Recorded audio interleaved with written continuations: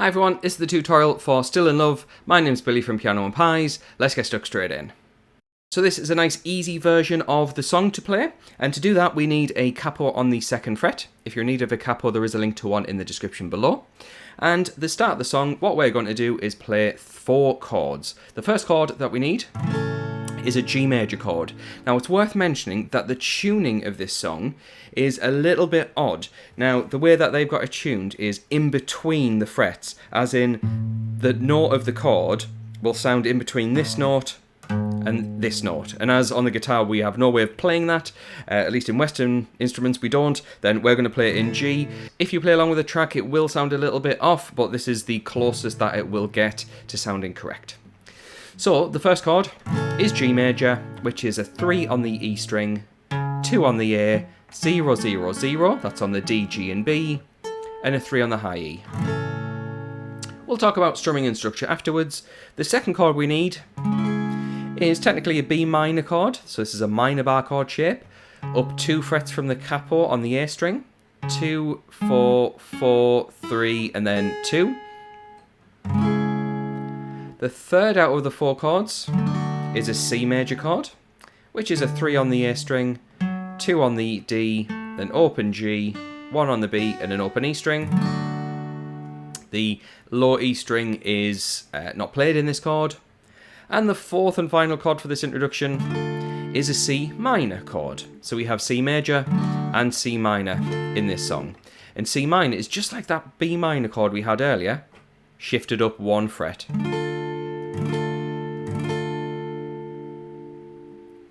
In terms of how we strum this, every chord is going to get 12 beats to it, like this. 1, 2, 3, 4, 5, 6. 1, 2, 3, 4, 5, 6.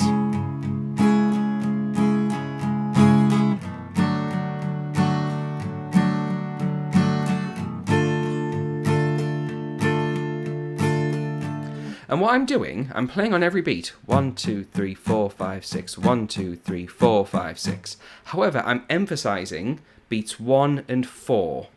And what I mean by that is just pushing it a little bit more.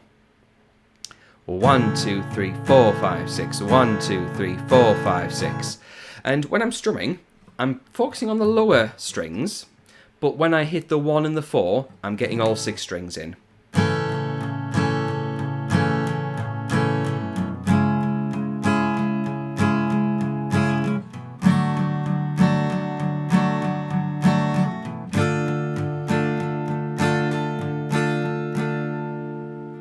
Now after you've played through those chords once, we get what is the chorus straight away in the song, and we take the same 4 chords and play them through twice. Now it's worth mentioning that there are a few different parts to this song that keep coming and going in not random orders, but a bit of a confusing structure. So if you are interested in getting the chord chart for this, as well as the chords and the lyrics matched up so you know exactly which chord to play with what lyric, then head on over to Patreon. There is a link in the description and you get everything wrote out professionally for the cost of a coffee. You get access to not only this song, but well over 450 other songs of the latest releases. So feel free to check that out. However, the next part of the song is a bit of an instrumental part, and what we have is we start with G major. We then go to an E minor chord, which is an open E string, 2, 2 on the A and D strings, and then 0 on the remaining strings. So after the G and then the E minor, we then have another new chord, A minor, which is an open A string, 2, 2 on the D and G, 1 on the B, and an open E string. We don't play this low E string. So up to now we have G, E minor, A minor, and the last chord we need for this instrumental part is a D major chord, which is an open D string, 2 on the G, 3 on a B, 2 on the high E string, and we don't play the low E and A strings. So G, E minor, A minor, D major will get you through the instrumental. After that part, we go straight into a verse, and the verse is the same as the introduction where we have G to B minor, C to C minor. The only difference is we're going to play that twice. We then have a second verse of sorts. The chords do change. We have the G, E minor, A minor, D major. We'll play through that twice for the second verse.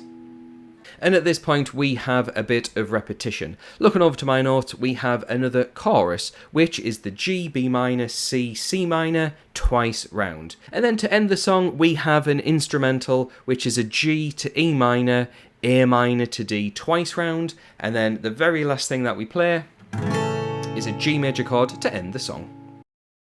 And that's everything you need to get through this song. Pretty nice song. I've never heard this artist before, and I thought, gotta make a tutorial on it. It sounds really, really good.